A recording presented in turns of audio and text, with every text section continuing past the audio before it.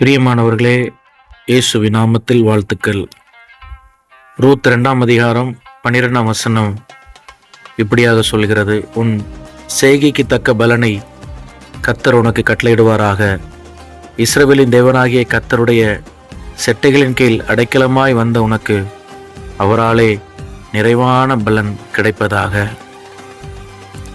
இந்த இடத்துல போவாஸ் ரூத்தை பார்த்து இந்த வசனத்தை சொல்கிறார்.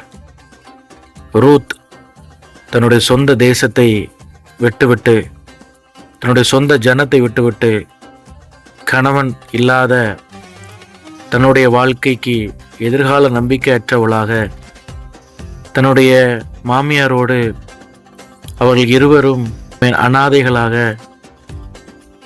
யாரும் இல்லாத ஆதரவற்ற நிலையிலே அந்த பெத்லெகேம் தேசத்துக்கு வந்து அவள் ஒரு இடத்திலே கதிர் பொறுக்கி கொண்டிருக்கிறாள். கீழே சிந்துகிற கதிரை பொறுக்கி அதை வைத்து ஏதாவது சாப்பிடலாம் என்ற ஒரு நிலையிலே அவள் இருக்கிறாள்.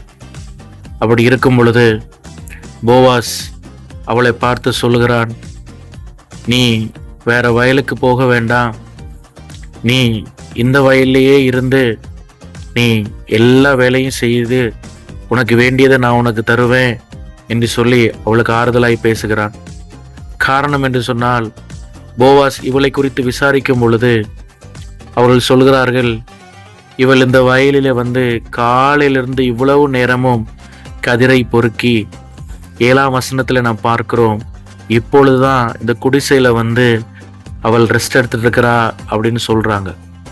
அருமையானவர்களே, இந்த உலகத்தில் உள்ள எல்லா நிழலையும் அவள் இழந்தவளாக, தன்னுடைய கணவரின் நிழலை இழந்தவளாக, தன்னுடைய தாய் தகப்பனின் நிழலை இழந்தவளாக, தன்னுடைய சொந்த ஜனத்தின் நிழலை இழந்தவளாக, இந்த கதிர் பொறுக்கிறவங்க மதியான வெயிலுக்கு ஒதுங்கிறதுக்கு ஒரு நிழல் வச்சிருப்பாங்க, ஒரு சின்ன ஒரு கூடாரம், ஒரு டெம்பரரியான கூடாரம்.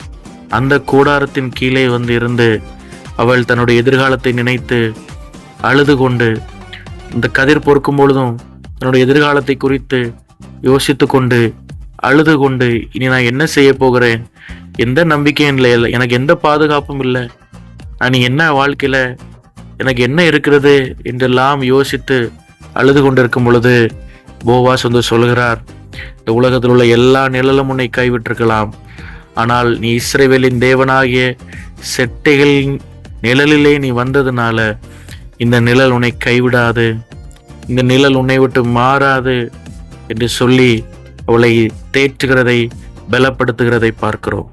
அருமையானவர்களே, இந்த உலகத்திலே பல நிழல்கள் நமக்கு உண்டு.